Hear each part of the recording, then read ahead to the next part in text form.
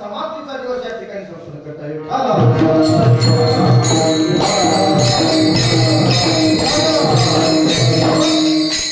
आणि त्या निमित्ताने काल्याच्या निमित्ताने घेतलेली जी गवळण आहे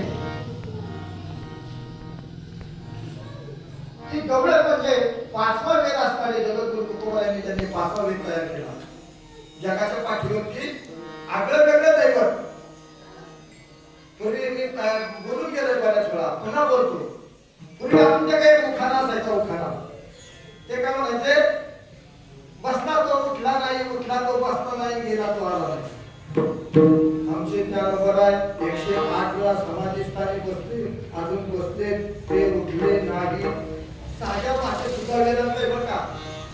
साध्या भाषेत सुद्धा खूप मोठं दडलेलं आहे.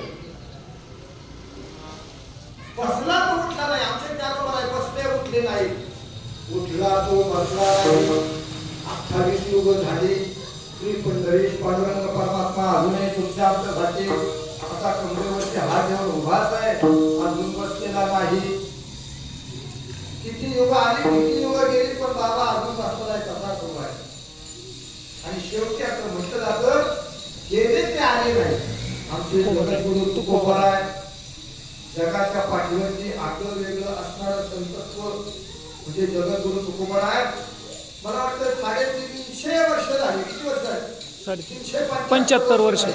जगद्गुरु तुकोबाराय वैकुंठ गमन झाले, पुन्हा ते खाली आले नाहीत.